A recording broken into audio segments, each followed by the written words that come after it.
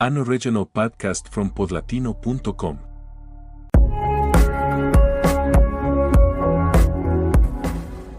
Deep within the Peruvian Andes, where the mountains rise like immense stone guardians and the valleys sink into shadows, there lies a path that few dare to speak of aloud. For centuries, it has been known by a name that chills even the most hardened of travelers: the Road of No Return. It begins as an ordinary trail, winding along the ridges where llamas and mules once carried the weight of silver, food, and cloth. Merchants, pilgrims, and soldiers all traveled here. But somewhere along its length, a change occurs. The air feels heavier. The silence deepens. And beyond that point, those who enter may never emerge. The first recorded stories come from the colonial period. Spanish chroniclers wrote of muleteers who vanished with their caravans, leaving behind only scattered belongings found days later. The bodies were never recovered. Local Quechua villagers spoke of the Apus, mountain spirits, who punished outsiders who disturbed the sacred terrain. To them, the disappearances were not accidents, but divine retribution. By the 18th century, the road had become infamous. Whole families migrating to new settlements were said to vanish along the path. Survivors described strange lights flickering ahead of them. Lanterns, they thought, carried by fellow travelers. But when they followed, the lights led them astray into ravines or dense fog. Some were lucky enough to return. Others were not. There are tales of voices carried on the wind. Men heard their mothers calling. Women heard their children. Against all reason, they left the trail to search for them, only to be swallowed by the night. Those who managed to resist claimed that the voices grew angry, whispering curses in forgotten tongues. One legend tells of a Spanish officer who led 20 soldiers along the route in pursuit of rebels. They never arrived at their destination. Weeks later, peasants found their weapons neatly arranged on the ground, but not a single body remained.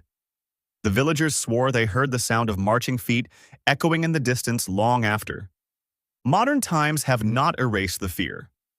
In the 20th century, truck drivers reported that their engines failed without explanation along a particular stretch of the road. Radios filled with static, headlights dimmed, and in the darkness, some swore they saw pale figures walking beside their vehicles. A few never restarted their engines. Their trucks were later discovered abandoned, with no sign of the drivers. Geologists point to natural causes. The region is prone to landslides and sudden mists. Ravines open like traps, and those who stray too far risk falling hundreds of feet. Others suggest magnetic anomalies disturb compasses and machines, but for the locals, no scientific answer can erase generations of stories. In one village nearby, an elder recounted the tale of her uncle. He was a strong man, a farmer who laughed at the idea of curses. One night, he decided to take the road alone to reach a distant town. He carried a lantern and a bag of coca leaves. He never returned. Weeks later, shepherds found his lantern still burning, placed carefully on a rock, but no trace of the man himself. Some anthropologists believe these stories reflect the deep connection between the Andean people and their landscape. The mountains are alive, the earth itself sacred.